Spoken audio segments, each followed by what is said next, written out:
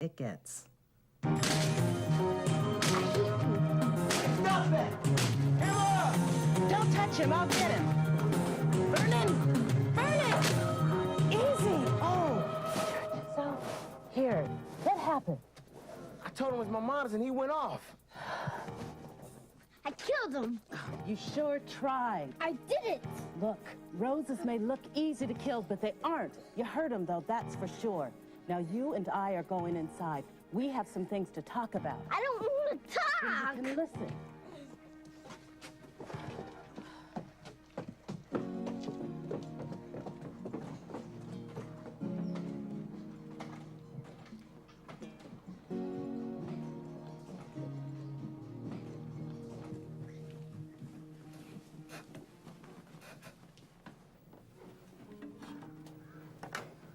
I think you got some big feelings, boy, and you're working them out on Nathan and his roses. I hate roses. You can't hurt things or people because you think you hate them, Vernon. And you know what? I don't think you hate roses. I think you might be feeling sad or mad or jealous because Nathan got something beautiful from his mama. He talks about his mom too much. He won't shut up. You make him shut up. I know it hurts, sweetheart. And it's okay to feel sad. But it's not okay to hurt other people. And if you do, then you need to make it right. So I want you to help me with those roses until they're better. If we take good care of them, they'll heal up and be strong. They're a lot tougher than they look, okay? Okay. And I think we'll talk to Trisha Walker, your worker. See if she can find somebody for us to talk to about the way you're feeling. Sometimes it helps a lot to be able to talk to somebody who really understands about big feelings. And even then, it takes time to feel better. Sometimes you might feel up one day and down the next, just like a yo-yo. But I know you're tough, just like that rose bush. And we're gonna take care of you so you can feel better. Caring for children means understanding how to protect and support their relationship to their birth family. What you got? My picture. You got eyes just like your mama, sweetheart. Is that good? Mm-hmm. She's got eyes so warm they could melt rocks. Are you mad at her? No, honey. Some of the things she did, the things that hurt you, upset me a lot. And I wish she wouldn't have done them. But as the therapist said, she has a lot of problems, and she couldn't help herself or you. She also said it's important to remember the good times. And you know what? She gave you life.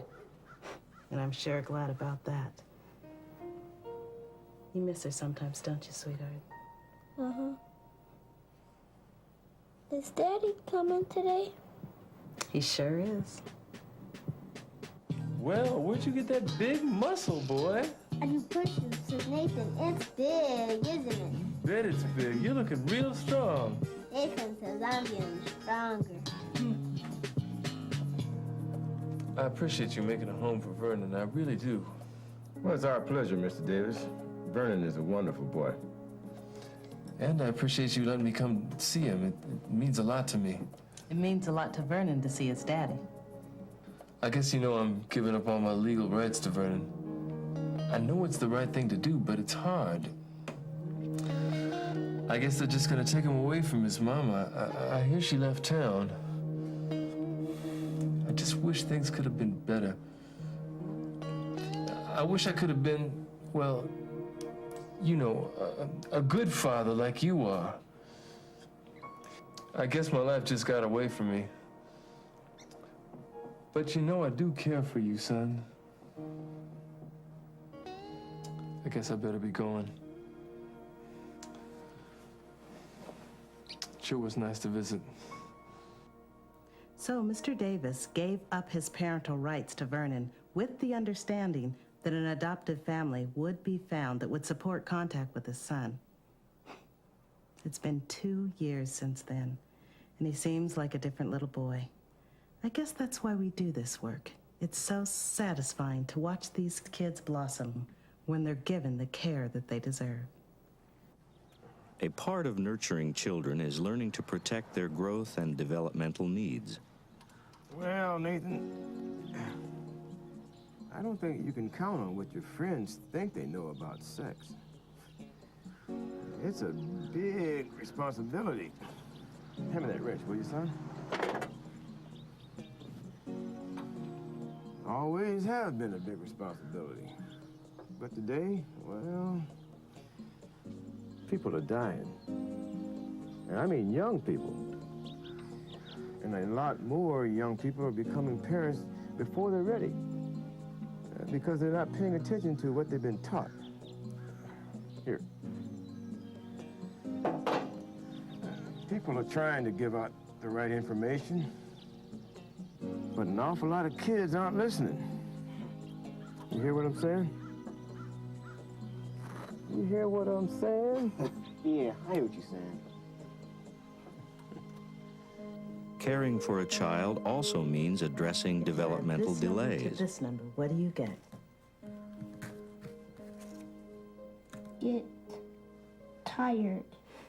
Did I wear you out? You did so well this week, little man. Do you know you're almost caught up with your class? Our kids were already grown when we started foster parenting. So before we got into it, we had to think about what we were giving up. Free time, having a little extra spending money, just plain living for ourselves, you know? But we really like kids. We have time and a lot of patience.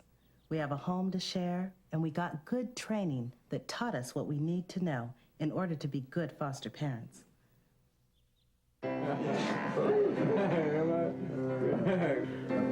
I will see you in church on Sunday.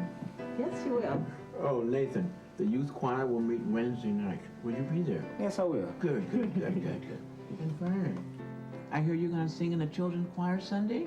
Yes, sir. Good. God bless you. And Aaron, your piece. The Hansons take advantage of resources in their community. Desserts along. They meet regularly with other foster parents for support, for sharing experiences, and to continue training. My kids' foster parents asked me if I'd come and tell you my story. This is Maggie, whose children are living with a foster family. It's hard to do, but they've been really, really good to me, and so I wanted to do it.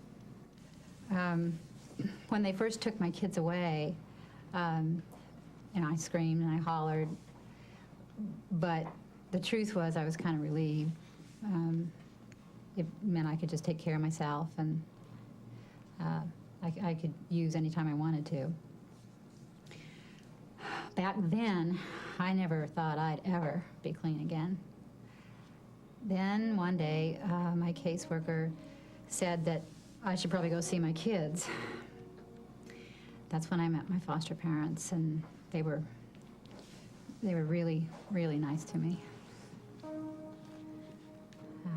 They didn't talk to me like an addict. They talked to me like I could be straight again, and like I was a mom who still loved her kids. And my kids didn't hate me the way I thought they would.